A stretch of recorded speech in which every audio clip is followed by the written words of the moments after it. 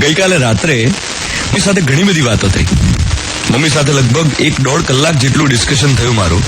ઘરની વાત, બહારની વાત, દુનિયાભરની વાતો કરી અમે. પણ માં સાથે હું જેટલી પણ વાર વાત કરું એ વાતનો અંત કેવી રીતે આવે ખબર છે? હોય હવે ચાલ્યા કરે. દર વખતે લાંબુ ડિસ્કશન થયું ઘરના કોઈ પ્રોબ્લેમ વિશે કે બહારની કોઈ વાત વિશે, અને પછી એ વાતનો અંત મમ્મી એક જ વાક્યથી કરે, અને એ વાક્ય હોય હવે ચાલ્યા કરે. આ હોય હવે ચાલ્યા કરે જે છે ને, એ બહુ મોટો મોર્નિંગ મંત્ર છે. એમાં બહુ મોટો આશાવાદ છે, સ્વીકાર ભાવ છે, સિચ્યુએશનનું એક્સેપ્ટન્સ છે.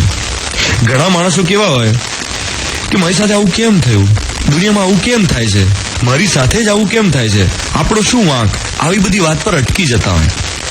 અને અટકી ગયા પછી એમને અંદર ને અંદર દુઃખ થયા કરતું હોય, અને એને કારણે એ બીજાની પાસે દુઃખ વ્યક્ત કરે. હવે તમે બીજા પાસે રડો, દુઃખ વ્યક્ત કરો, તો કોઈને કોઈ તો એવું હોય જે તમને સિમ્પથી બતાવે, આશ્વાસન આપે, આપણી દયા ખાય, અને પછી દયા ખાઈને સિમ્પથી બતાવીને માણસ એક દિવસ થાકી જાય. એ કેટલી સિમ્પથી બતાવે માણસ. એના કરતા જો તો પ્રોબ્લેમ્સ એક્સેપ્ટ કરેલા હોય તો કોઈની પાસે સિમ્પથી સીક કરવાની જરૂર જ ના પડે. તમારે કોઈની પાસે દયા ખાવાની જરૂર પડે જ નહીં.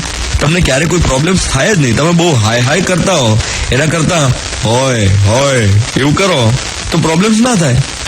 ચિંતાઓ ક્યારે છું મંતર થઈ જાય, આપણને ખબર પણ ના પડે. અને એટલા માટે જ આ એટીટ્યુડ રાખવો બેસ્ટ છે કે હોય હવે ચાલ્યા કરે. આનાથી શું છે, લાંબા ગાળે હેલ્થ પણ સારી રહે, બ્લડ પ્રેશર કે ડાયાબિટીસ જેવા રાજરોગ થાય જ નહીં, અને ચિંતાનો કોઈ જાતનો ભાર જ નહીં જીવનમાં. તમે સદાય હસતા જ રહો, કારણ કે તમે એક્સેપ્ટ કરી લીધી સિચ્યુએશન. હોય હવે ચાલ્યા કરે.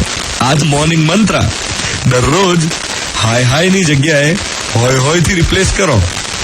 દરરોજ હાયને હોયથી રિપ્લેસ કરો. આ પ્રેક્ટિસ કરો અને ખુશીઓથી ભરેલી હેલ્ધી લાઈફ જીવો. મિર્ચી 98.3 પર હું છું Dhvanit. On 3rd of January, વર્ષનો 3જો દિવસ.